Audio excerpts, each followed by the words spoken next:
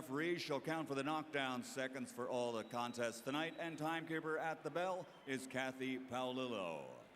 At ringside for this bout, the 3 judges scoring will be from New York, John McKay, from Connecticut, Don Trella, and from New Jersey, Steve Weisfeld. And inside the ring, the referee in charge at the bell, Gary Rosato. And now, on the line, the vacant WBC Continental Americas Championship, 12 rounds of boxing in the super lightweight division.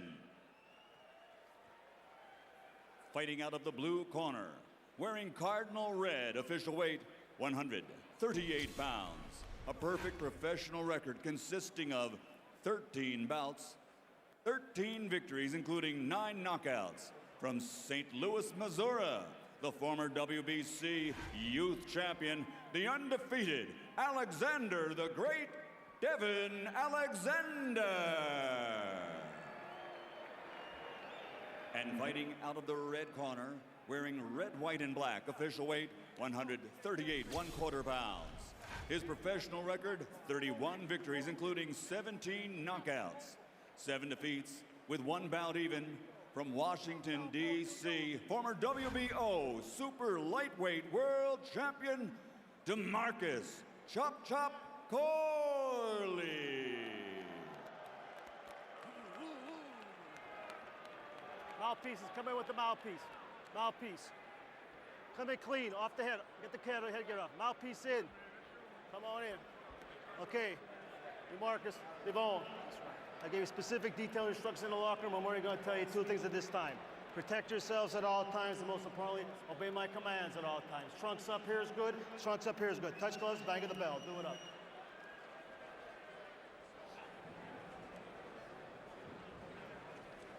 Ready out. Ready out. Down.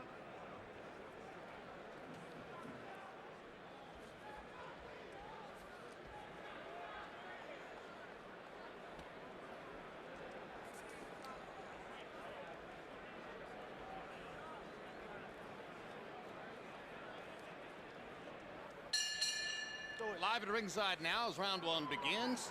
Devin Alexander against DeMarcus Corley, and Emanuel Stewart. At only age 20, Devin Alexander has already aroused a good deal of attention in the sport. What is it about him that has people excited?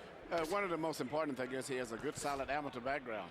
I think he won 2 national championships, and then he's getting such great experience of sparring down there with Corey Spinks. And he's a product of the great amateur program that they've had in St. Louis, which produced the Spinks brothers and his whole string of fighters. And he's a product of that system. And of course, you pointed out, spars with Corey Spinks. He is trained by Kevin Cunningham, who's the trainer and manager for Corey, and he's gotten a steady diet of Corey in the gym. That's bound to help you improve your technical skills. Yes. DeMarcus Corley, on the other hand, veteran of the sport, one of those guys who's consistently ranked in the 5, 6, 7, 8, 9 spot in the division, and therefore, as I mentioned earlier, has been a gatekeeper for fighters like Pretty Boy Floyd Mayweather and Miguel Cotto, and he's just a solid pro. Solid, but in fact, I'm looking at both guys. It's almost like twins boxing each other. They have the same body rhythm, same fast, sharp, crisp delivery of punches, and great defensive skills. This is turned to be a very good technical fight. And therefore, if Alexander can handle it, a tremendously useful step forward for him. It's a very big step for him to be stepping up like this. And this is one of, really, I'll be honest with you, maybe the best fights I've saw Corey fight in a long time.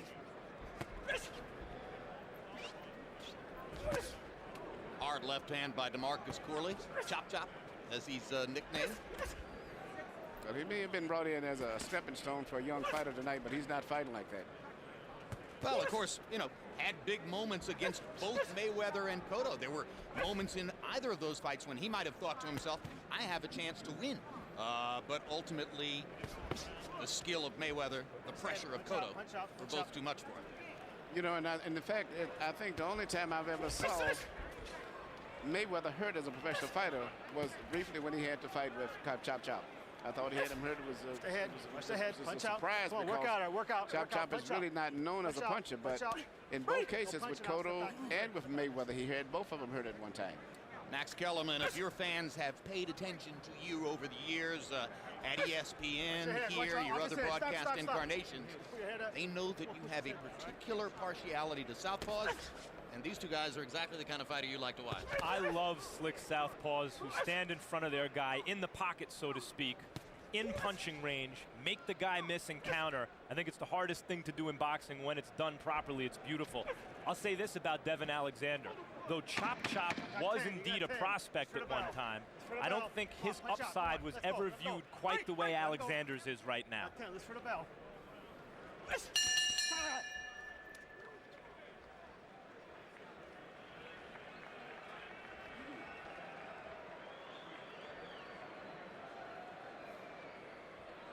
Slick with the head a little bit. So you shoot something up top, and when you shoot it up top, come back up under here, man. If you turn something over up top, I want you to come back under up here, then back on top, all right? But when you go over the top, come under the bottom, all right? Stick, straight hand to the body, come back over to right hook to the head, all right? Throw his rhythm off. Okay? How you feel? Good. Take a deep breath. Another one. When you're punching, do some movement with your eyes. Here you can see early in the first round, where Chop Chop missed slightly with a left hand and got caught with a counter right jab. That's the perfect example of the type of fight this is, where neither guy can make any mistake. Emanuel Stewart called the two fighters mirror images as they began the fight. CompuBox numbers in round one: 12 of 62 for Corley, 11 of 54 for Alexander. Both fighters landed 7 jabs. You could scarcely find a more even first round. If there was a difference, probably the solid impact of that right-hand counter that we showed you in the replay.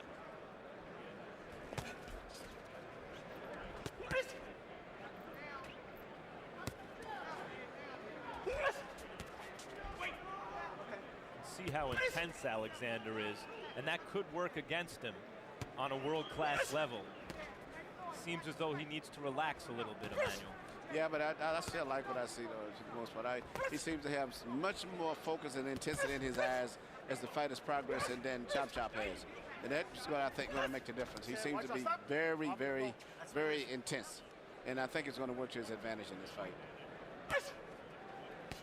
Yeah, and I think the evidence of the first round and a half might suggest that he hits just a little bit harder. He hits a little bit harder, and even though, as Max said, he's intense, it's true.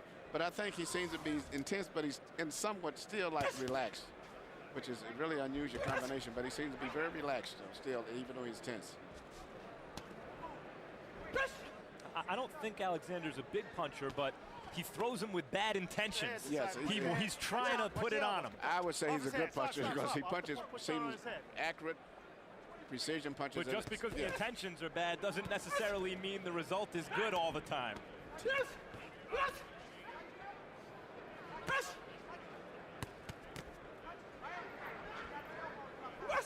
Well, back in the day when Monica Seles was dominating women's tennis, opponents said it was because she hit the ball so hard off the baseline. And of course, you'll recall, she used to make a yelping noise with every forehand or backhand off the baseline. And just like Monica Seles, Alexander makes a kind of a small yelping noise. You can hear it. It's unmistakable.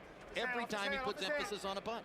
Yeah, the only thing that can work against you a lot of times, you very seldom ever hear a great combination puncher do that, because you're going to be able to make the same noise at the same speed that your combinations flow. So it's good to throw 1 or 2 or 3 shots, but it's hard to put fluid combinations. If you were training him through his whole career, out of the amateurs into the pros, would you gradually try to get him to eliminate that, Emanuel? Yes, I would. I really don't like to see it. I see that it's a couple of other fighters are doing that too. I know the brothers, Anthony Peterson and Lamont Peterson. Pearson boys, yeah, they do the same thing. The Petersons are both unbeaten. Two very, very fine fighters too. Well, there's a tremendous story. They basically come off of the streets out of a homeless background and are rising forces in the sport. But more on the Petersons somewhere down the road if they appear on HBO. Right now, it's Devin Alexander commanding center stage. And I think one of them may be in the same weight division. Correct. You know I couldn't tell you whether it's Lamont or Anthony. You know what I need you to do? I need you to relax. All right? I need you to just relax. Get his nose slit. His nose, Say he that. got blood over there. Yeah. Give me a bottle of water. And I need Okay, this is elementary. Okay, take a deep breath. Believe in your skills. Okay, I'm not talking about his. Touch him with the 6 every now and then, the 6 and 7. Don't overcrowd yourself, because the 6s and 7s gonna open up the 4s and 5s. But you gotta be patient, not so patient. And then every now and then you gotta explode with a 1, 2, 3 off your back toe. All right? Let's go. Everybody out.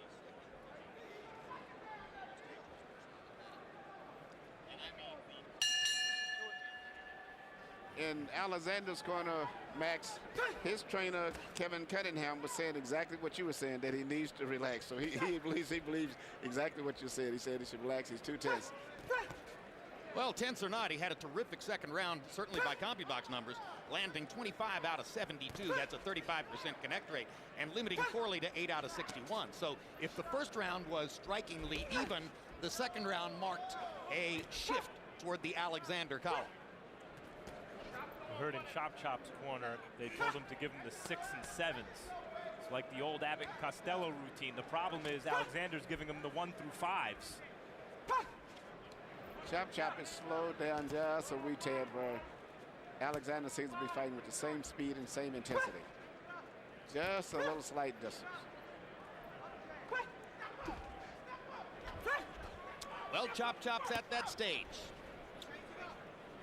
This would be fight number 40 for DeMarcus Corley. And hasn't been an easy career because he provides for an extended family. And if you counted up the number of people for whom DeMarcus Corley's a meal ticket, it's quite a responsibility. So, you know, if you're looking for somebody to root for on the basis of life circumstances, root for Chop Chop. He's a really good guy who's trying to take care of several family members. And he's fighting a terrific fight tonight, too. Low blow by Alexander. Referee Gary Rosado pointing it out. Punch out. Come on, punch out. Get that elbow in.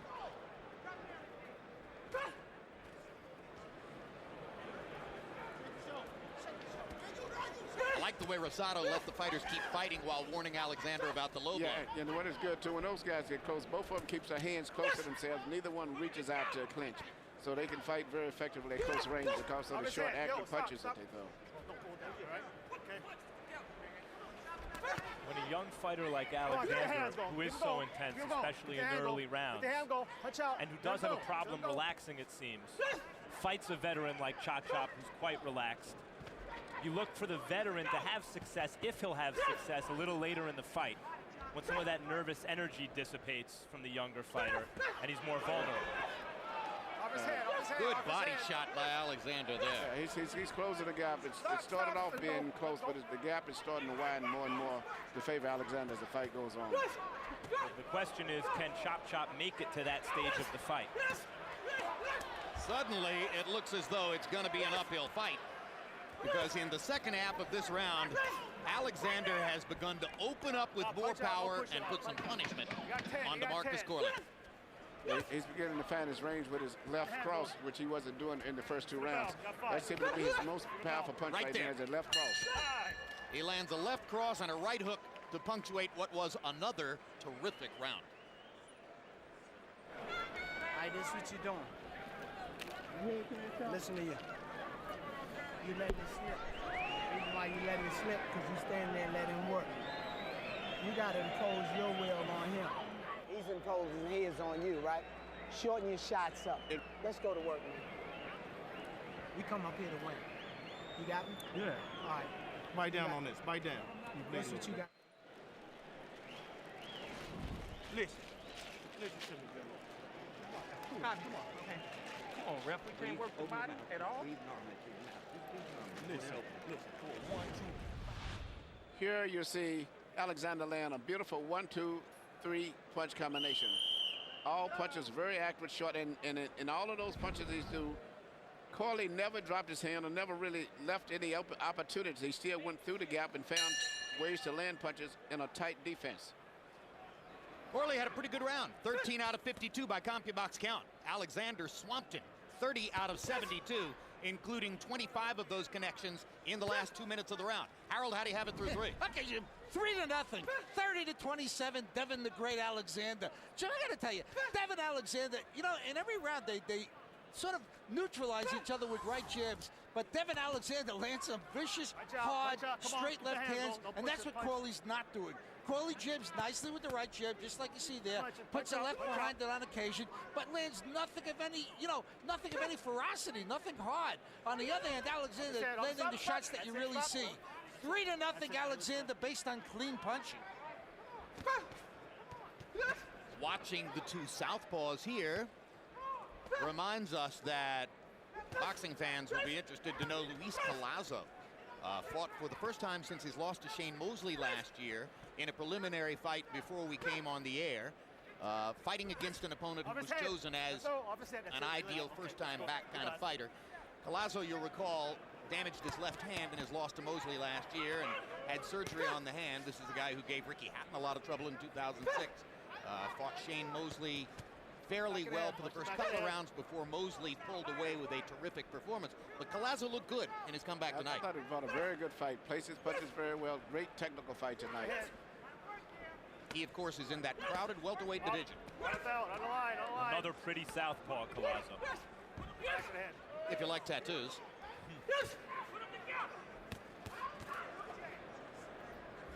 Or, as in your case, Max, you love boxing so much that you're looking past the tattoos. Off his hand. Stop. Let him go. Nice. Come on now. Jim, I like the way Collazo tattoos his opponents. He does indeed. When he's on. Uppercut by Alexander. Another fierce right hook. Another fierce right hook. Another straight left hand. Corley backing up into the ropes. Devin Alexander putting punches together and doing to DeMarcus Corley earlier in the fight than Cotto was able to what only Cotto has really been able to do to Chop Chop. Chop Chop is fighting a very good fight. One of the best fights I've ever saw him fight, even though he's losing this fight at this point. But it's just such a strong, determined young fighter right here. Hasn't lightened up at all. He's fighting with the same intensity and power and speed that he started the fight.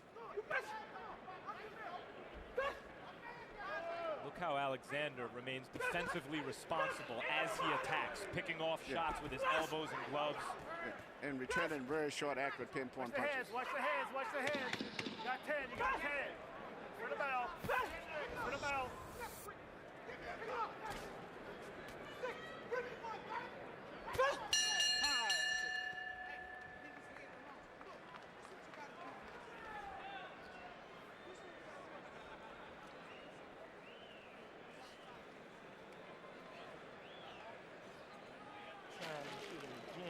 Nothing if you ain't gonna do it under these lights, man. This fight supposed to be over with. All right? And if you go in the body, the fight will be over with, man. You had him out cold. All you had to do was step up, sit down, rip down in the body, and then he gonna drop his hands, and then you come up to the head. He got his head all covered up, and you hitting him all on top of the damn head, man. And finish with the double jab. You got me? Got it. Stick with the program. The 1163 is going to open up the 5 and the 4. But you got to believe in it. You got me? Yeah. You got me? I got you. Let's go. Take us out. Mouthpiece in. Take us out of back. Let's go. Let's go. Ready. The system of numbering punches gained a lot of mystique and became very popular when Mike Tyson was speaking that language at the beginning of his career, because Customata was one of those trainers who assigned 1 to the left jab, 2 to the right cross, 3 to the left hook, et cetera, et cetera. But I just wonder, when you get up to 6, 7, 8, it doesn't become a little bit of gobbledygook. I like what he was told in the corner, Chop Chop. You have to believe in it. The difference here between the two fighters, other than the maybe slight edge in speed to Alexander, is that Alexander believes he can win. He's a young, undefeated fighter. He hasn't lost as a pro. And Chop Chop may have a bit of that sparring partner's mentality at this point in his career, where he doesn't really believe he's going to win the fight. He doesn't believe. Well, after landing a left cross pretty early in your conversation there, Max, that was his best punch of the fight so far, maybe he has a tiny bit more belief. But Alexander responded well and continues to go forward and mount his attack.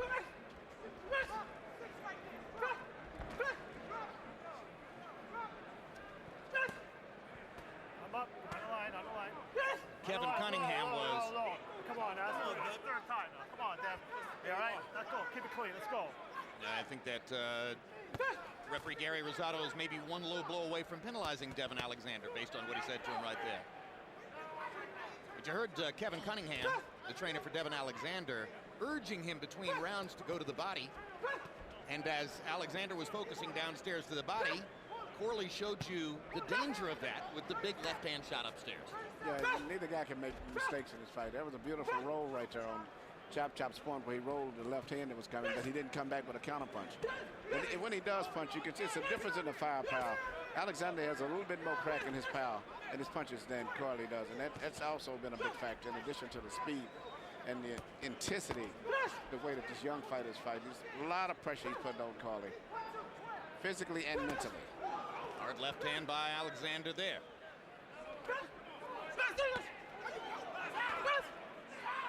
Get him up now. Come on, let go and go.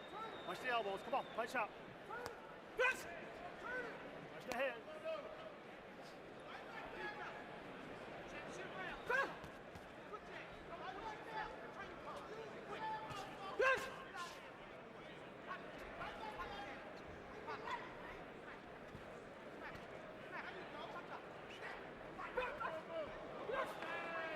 Break! Go punch us the back.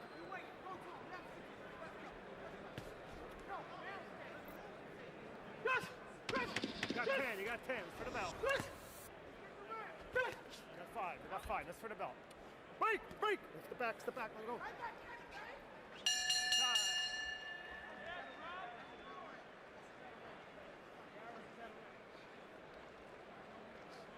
Get off the ropes. Take a deep breath. You know these championship rounds, right? Yeah. You got it? You with me? You look fabulous that round, okay? But guess what you can't do? You can't go. You can't. The only thing you did wrong in that round, after you hit him with some good shots, guess what you did? Do not give the judges a clue that he's dominating by sitting on the ropes and letting them punch. A lot of them you slip, but 1 or 2 hit you. So guess what? If a judge over this, He ain't gonna blow your nose. He gonna turn Not it. real hard though. Good plank. Oh yeah.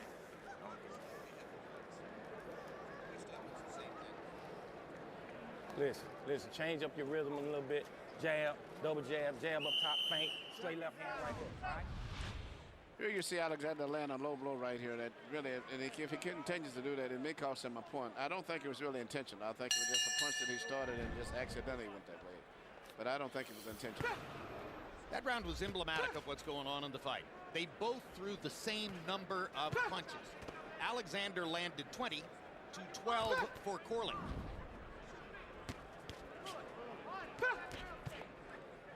See Corley now, Chop is landing more cleanly though, Jim, as you mentioned last round, in the last, now round and a half or so.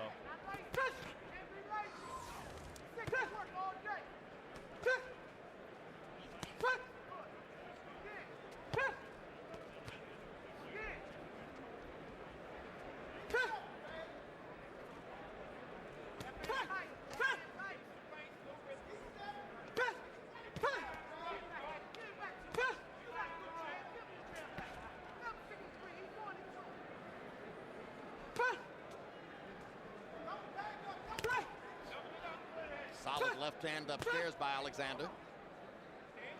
But even though Corley has been hit with a lot of good shots, he's never been seriously hurt or staggered at all in this fight, which shows either he has a pretty good chin, and either the fact that Alexander may just be a good puncher, not a great puncher yet. But he's never been seriously hurt, even though he's been hit with some great shots. I agree with you. This despite the fact that Kevin Cunningham was insistent to Alexander 2 rounds ago between rounds that you had him flat knocked out if you had thrown more body punches. I love the way boxing trainers exaggerate. Yeah, I never saw him seriously hurt. I really appreciate Alexander's stamina, because at this stage of the fight, you figured he wouldn't be slowing down, and the veteran fighter would be starting to gradually take control. But Alexander's fighting at the same intensity, the same pace, and with the same power that he started off with from the first round. Manuel, you mentioned that Alexander's is a good puncher, not a great puncher yet. Do you think he could develop into a great puncher? I think he could. You know what I'm looking at? I'm thinking about, at 20, he'll probably grow into a welterweight. And the welterweight division is so loaded with talent already, with probably about 9 or 10 great super fighters. And he could add to that same division in the next year or two as these guys start getting tired. He'd be the And youngest older. one. And yes, He'd be the youngest one. He'd be the youngest one. He's 21 on March 10 of this year. Stop. Push it down on his head. Let's go. Come on. Go. And I agree, that's a sturdy body. Watch the head. And it just Watch looks the to head me, coming in. age 20, Both hands. those shoulders, those legs, he's going to have a hard time remaining in the At 140-pound weight 140-pound class. division, right? You can see his intention, Alexander, is not just to be a cute southpaw, but to be a guy who really puts a hurting on his opponent. Well, he fights just the opposite of his teammate, Corey Spinks.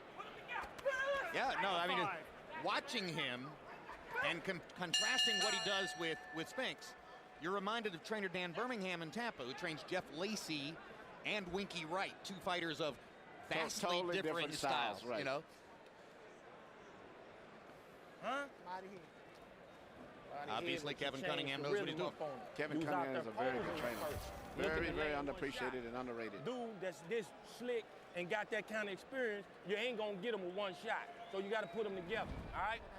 What's this, Strick? Give me something to take care of that. Wipe that stuff off, man, with more than your hands. Rinse.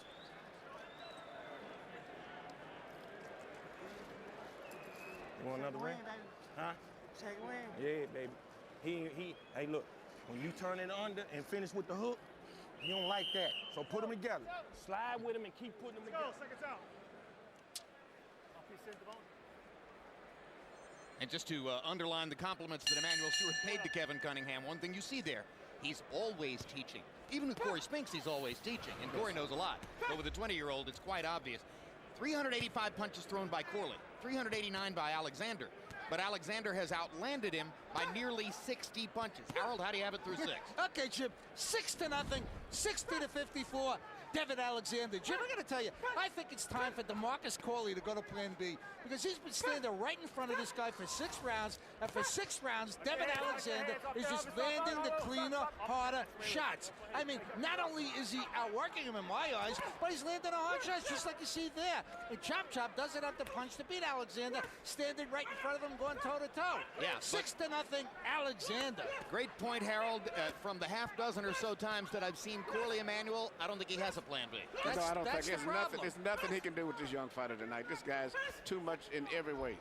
And very smart inside. I was watching when Corley threw the body punch high. Alexander angled his body to the point where the punch went to the outside of his body, not to the center. That's great awareness. Yeah, great fight. He's doing everything perfect. But such a variety of punches from all angles.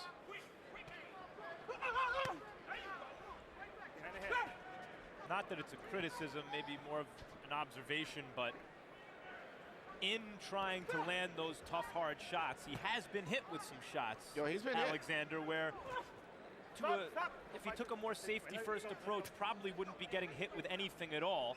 And I suppose it's to his credit that he's willing to take some chances and some shots that he may not otherwise take. Depends on how much you like watching Corey Spinks.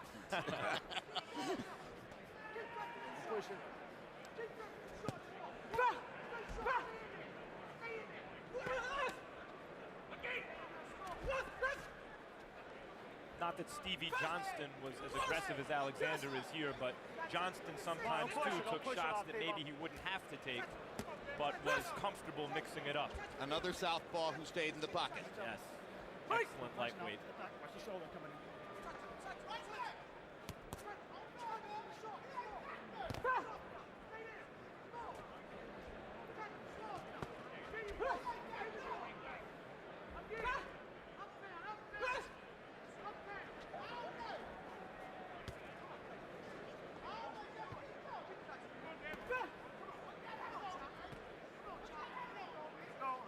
Punch out. Let the arm go. Let him on. Come on. Punch out. Let the arm go. Punch out. Watch the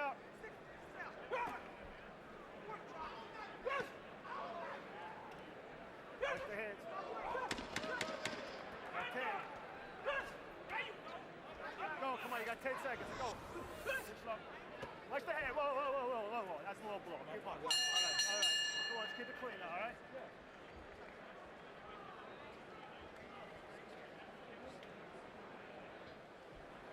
You want this fight to be over with? Yeah. You need to sit down, man, on your punches, man. And when you close to him, I need you cut and then come up the gut. You know what I'm saying? That's what's there for you. But touch him here and then come up here. All right? And when you come with the uppercut, come with your hook. Okay. All right? That's the shot. Come on, man. Come on, man. You got 3 rounds. You got 3 rounds.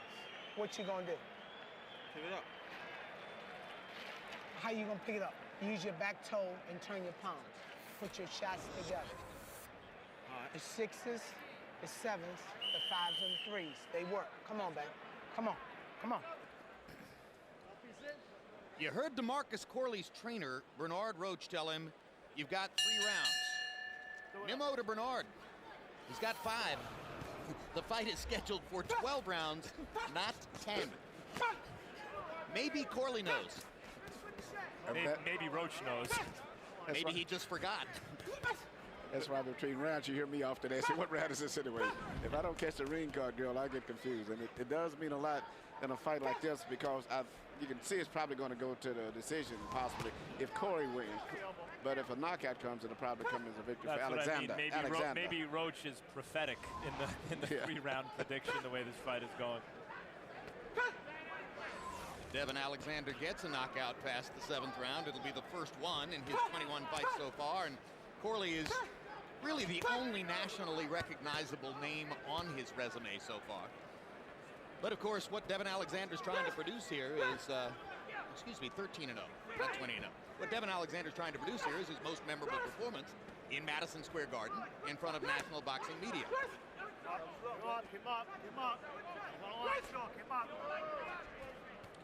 Not too many fighters at 140 pounds would be still around at this stage the way that Alexander's fighting tonight, because he's put lots of power, accuracy, and so much determination. Conditioning is very impressive too, for the lack of experience. He's fighting like a seasoned veteran fighter.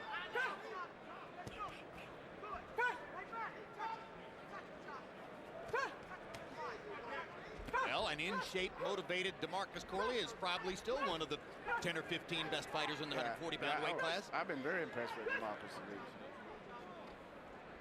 Watch the hands, watch the hands. Watch out, watch out, watch out. Watch the shoulders. Watch out.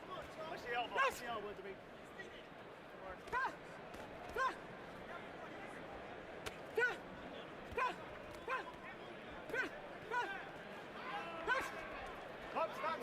If boxing comes down to skill and will, Alexander has an edge in skill and is clearly the more willful fighter. In every department, he's dominant. Even though it's a very tight, competitive fight, he's just a little superior in every way.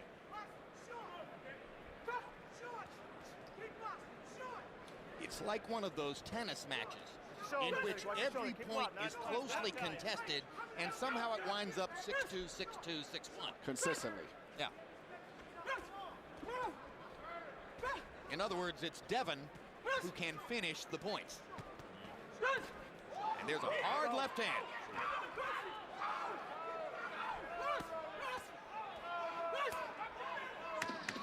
Got 10.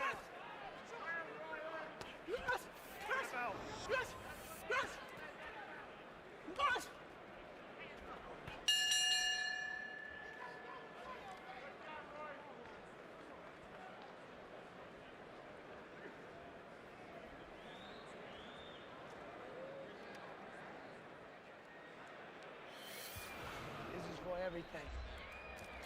What you're doing is bring your hands back too slow after you finish your combination. All right? Turn this guy. Turn him. Let your hands go, turn him. Okay. You gotta get me up top. Punch is over, man. Okay.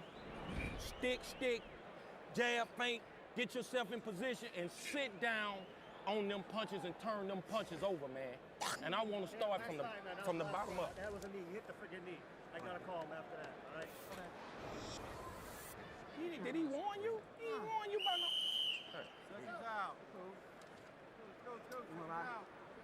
Turn them punches over, bro.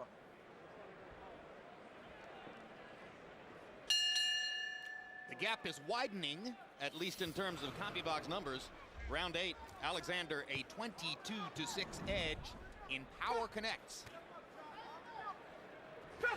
Harold Lederman has not yet found a round to give to DeMarcus Corley, and there's no indication that that round is coming anytime soon. This is where fans can be misled when they hear a unanimous decision, because it was a much more closer fight, tougher fight. It's well contested each round, but consistently one guy's winning every round though. So you end up with a lopsided score, maybe 12 rounds for one guy and no rounds for another guy, which would be the true score, and the crowd starts booing. Don't be pushing down. Keep your head up. But there's nothing to boo here. Nothing to boo. You know, I think while DeMarcus Corley is showing that he's a skilled fighter and a good fighter, I don't see this quite as a fight where the rounds are so close that people could possibly misinterpret any of the rounds as not going to Alexander. I agree with that. And now that the blood is seeping out of DeMarcus Corley's nose, the CompuBox numbers continue to show us here on the telecast the widening gap in effectiveness between the two fighters. Probably the crowd begins to recognize as well that they're looking at a terrific performance. A young fighter who may have a terrific future in the sport.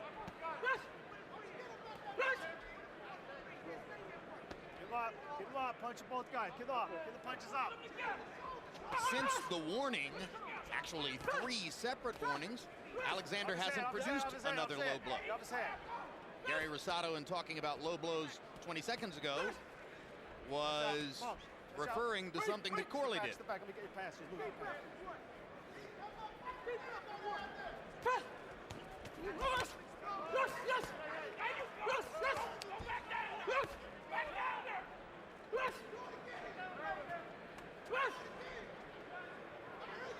Watch the heads, watch the heads, watch the heads. Off his head, off his head. Emmanuel, what would you tell Devin Alexander to get Chop Chop out of there? I would try to tell him to take a half a step back when Chop Chop starts coming in and catch him with a punch as he's coming in, because Chop Chop is getting a little bit tired, not too much, but he loses his balance a little bit when he goes in. He's depending on Devin's body to be there to hold him up. And if he would take just a little half a step back, he'd catch him right on the chin as he's coming in. Off his head, stop. Now you'll push him. That's it. You think he could knock him out? Yes, he could knock him out. Even though he has insurance, he does have the ability to knock him out. Let go. Watch the hand, off his head. Alexander has 8 knockouts among his 13 previous wins. 3 rounds to go. Relax. Relax and quit pressing so hard, all right? Now it's gonna just come when it's gonna come. You know what I'm saying? But you gotta relax and just put your shots together now and stop straining so hard to knock him out. Okay. You straining for a knockout. Just relax and ping, pop, boom. You know what I'm saying? Put your shots together and touch, change speeds, hit him with a couple of quick shots, and then drop some power on him, all right? Slip under your left hand, you're not bringing them back up. You gotta bring them back up. It's elementary.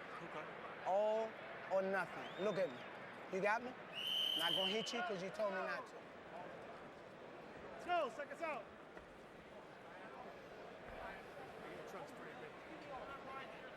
CompuBox numbers in the ninth. Alexander 29 out of 86. The 86 punches thrown, his high output for the fight. Corley only landed 8 punches. Harold? Okay, Jim, 9-0, 90-81, Devin Alexander. Jim, I gotta tell you, one thing that impresses me about Devin Alexander is for a southpaw, he's got a hell of a right hand. He snaps that right hand. I mean, southpaws don't snap right jabs. I don't care what anybody says. Show me a southpaw snaps the right jab, I'll tell you he's a converted right-hander.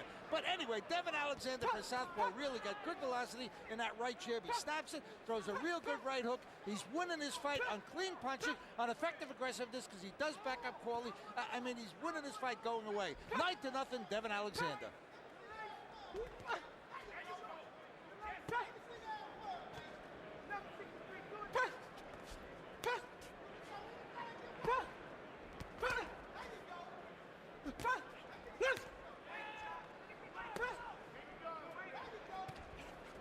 Stop.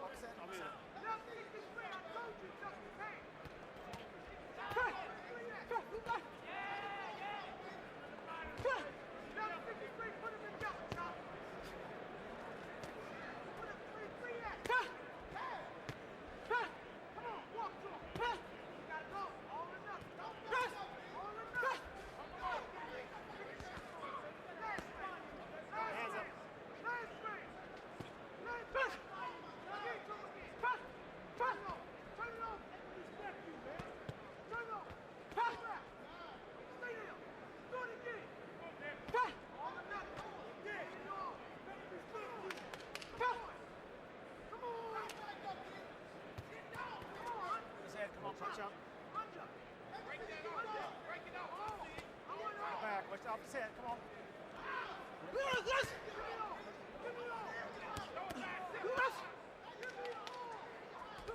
Opposite head, stop. That's it.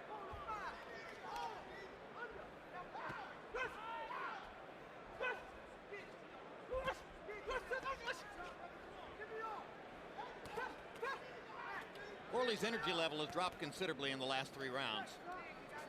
And it's becoming like a sparring session for Alexander. Yes, it's going to be a pattern fight. You know, if you see one round, you saw all of the rounds. They're all about the same way now. And he has slowed down on weekend, but you know, Alexander's still fighting at the same tempo, but he has not still been able to hurt Corley, which has really amazed me. And in fact, looking at his 8 knockouts out of 13 victories, really maybe indicate that he appears by making noise and the way that he punches that he's a bigger puncher than he really is. So that's not a whole lot of knockouts, especially when the caliber guys he fought, I never even heard of most of the guys. So he's a good puncher, not a great puncher.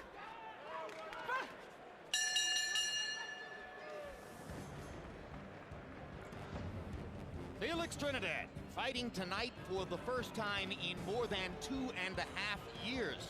His last performance, a tremendously disappointing outing against Winky Wright, in which Wright won every round. Trinidad entered the arena a short time ago. Roy Jones has not yet arrived in Madison Square Garden. One of the reasons for our presence in Madison Square Garden tonight, Tito's enormous Puerto Rican crowd appeal, and of course the large Puerto Rican population in New York has supported him in many performances at Madison Square Garden over the years, including his knockout annihilation of Ricardo Mayorga here the last time he fought in Madison Square Garden. Many Puerto Ricans wept openly in the streets around the garden September 29, 2001, the night that Bernard Hopkins dismantled Trinidad and ultimately delivered the final indignity by knocking him out in the 12th round. So Trinidad would like to erase the memories of that tonight by beating the man who has been linked in name and identity with Hopkins so much over the years, Roy Jones.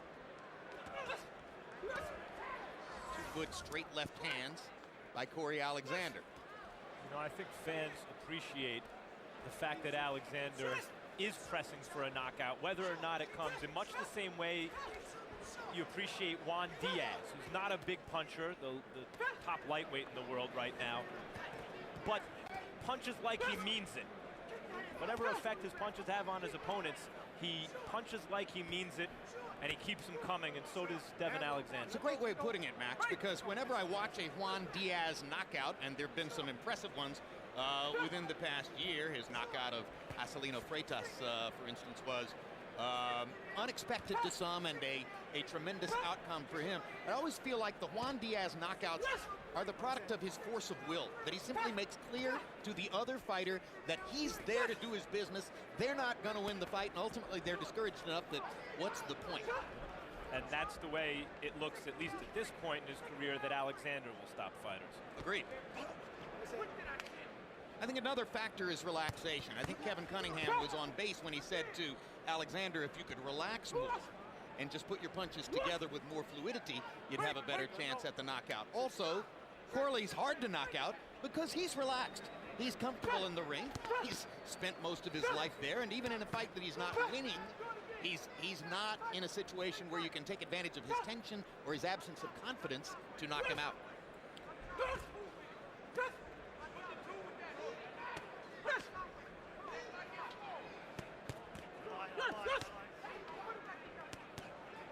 After all, it's no great discouragement to DeMarcus Corley to lose rounds. He's lost rounds before. And if you say to him, well, you know, you're fighting against a tremendously talented young fighter, Corley could say, I fought Floyd Mayweather and Miguel Cotto at about the same stage, or even a little bit beyond it when they were more advanced. You heard in the corner, Cunningham asking Alexander to just change speeds and the force of the punches to try to catch DeMarcus Corley unaware. Do you agree with that, Emmanuel? Yeah, because he's doing the same thing. Well, both guys are just a pattern fight number. He just went in with running and throwing the same, you know, kind of good variety of punches, but it's the same rhythm all the way through. And I would like to see him box a little bit and try to make Corley come in, as I said, and catch him with a punch instead of just being so aggressive And himself. Jim was talking about, you think that's an experience thing. Yeah, it's experience, yeah. But so far he's doing very well. I would have no complaints too much if I was in his corner. And we showed you the arrival of Felix Trinidad just a few minutes ago, after I'd pointed out that Roy Jones was not yet in the arena. Roy walked in. Unlike Trinidad, who has been away from the ring for 2.5 years, Roy Jones, after losing 3 fights in a row, 2 of them by knockout, continued fighting.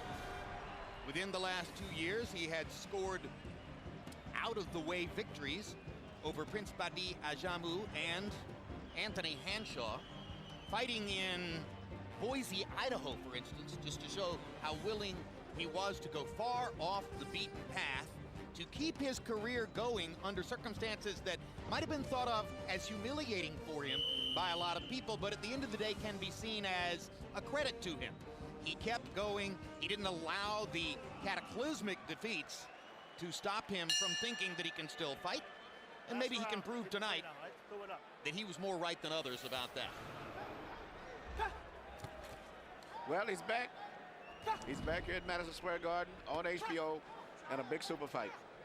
And I have to give him credit for working himself back. He did it quietly, but he's back here in a fight that is a fight interesting because he's not fighting another young fighter coming up. He's fighting another veteran fighter.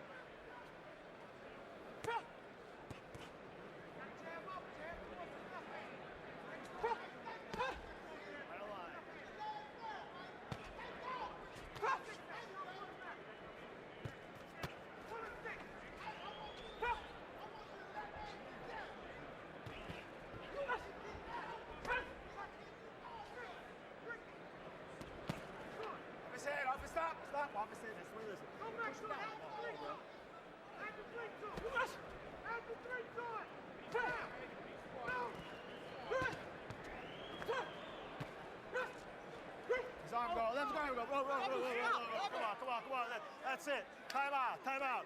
Over there. Come here. I told you. That was the last time I told you.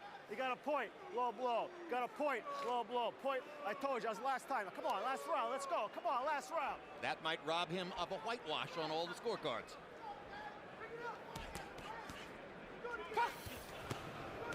Good left hand by Corley over the top. Still in there. Come on, keep it going, Al. Keep it going. Break. Let him go. No punch. Just step back.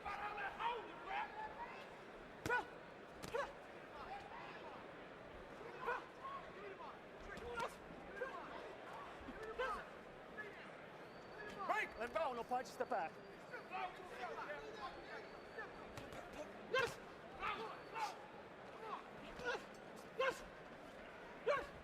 Let him go. Stop. Let him go. That's it. Way to listen.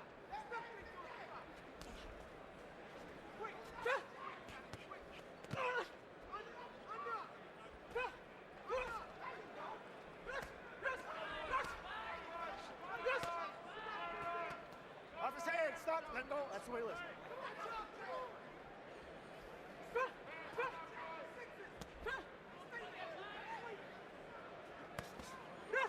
Off his head, get to him, off the head. Break, let him go. Off his head. Watch the hands coming in. Watch the both of you cut.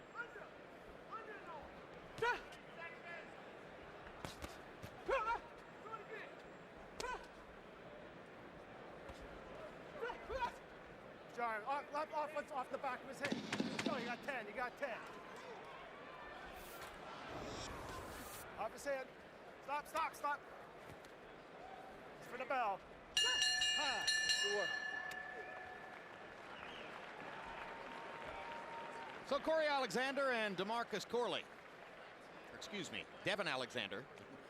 Sorry, Corey Spinks. Devin Alexander and DeMarcus Corley finished their 12-round undercard exercise in preliminary to Roy Jones and Felix Trinidad. And to our eyes, it appeared that Devin the Great Alexander won every round.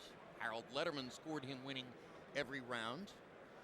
A 20-year-old prospect looking to get past a veteran professional gatekeeper in the 140-pound weight class, and with the sole exception of the absence of a knockout, Emmanuel, it's hard to imagine how he could have done better.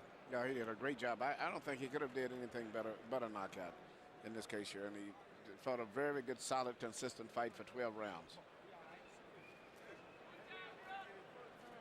And of course, as we mentioned, Alexander still short of his 21st birthday, which takes place in March.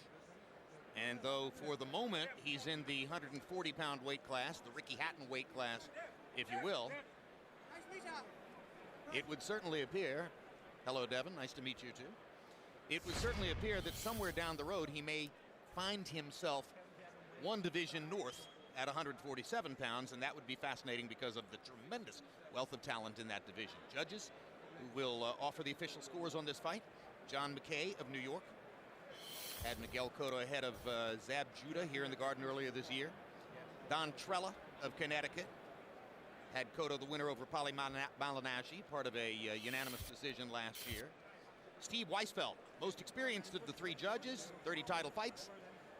One of three judges, all of whom scored Vladimir Klitschko the winner over Sam Peter, 114-111 in their first fight. I say their first fight because if you follow the heavyweight division and you want what's good for the heavyweight division, you kind of hope that somewhere down the road, Vladimir Klitschko and Sam Peter find their way into the ring against each other again. Assuming that neither loses unexpectedly somewhere along the way. And of course, Vladimir Klitschko's fighting Sultan Ibragimov February 23 on HBO.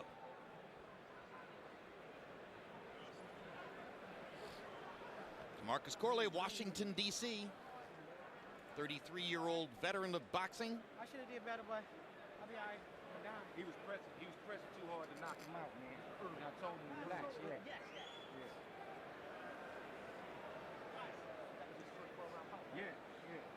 First 12 There is no rush to produce official scores here, and it reminds us that when last we were here in this building for the Miguel Cotto-Shane Mosley matchup, there was an undercard fight between Armando Santa Cruz and Joel Casamayor, which produced probably the most heavily criticized decision of the last year or so in the sport. A decision against which virtually all media members railed at the judges for, and you wonder if New York State Athletic Commissioner Ron Scott Stevens is taking a little bit of extra precaution tonight to make sure that judges watch their P's and Q's and try to get it as right as they can get it, with the assembled media of the sport at ringside.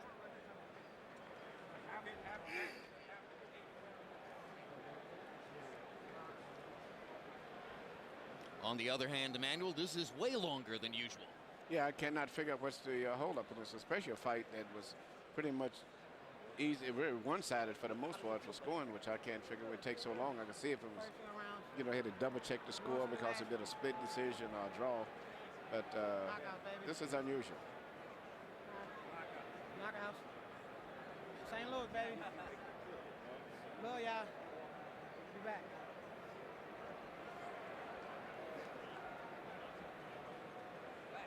Good look at Devin Alexander. And a good look at DeMarcus Corley. And now Michael Buffer is ready with the official decision. Ladies and gentlemen, we go to the scorecards. Keep in mind the winner of this, the vacant WBC Continental Americas Championship. He will be the new title holder. The scorecards. John McKay, 116-111. Don Trella, 118-109. Steve Weisfeld, 118-109. All to the winner by unanimous decision. Still undefeated, Alexander, the great Devin Alexander.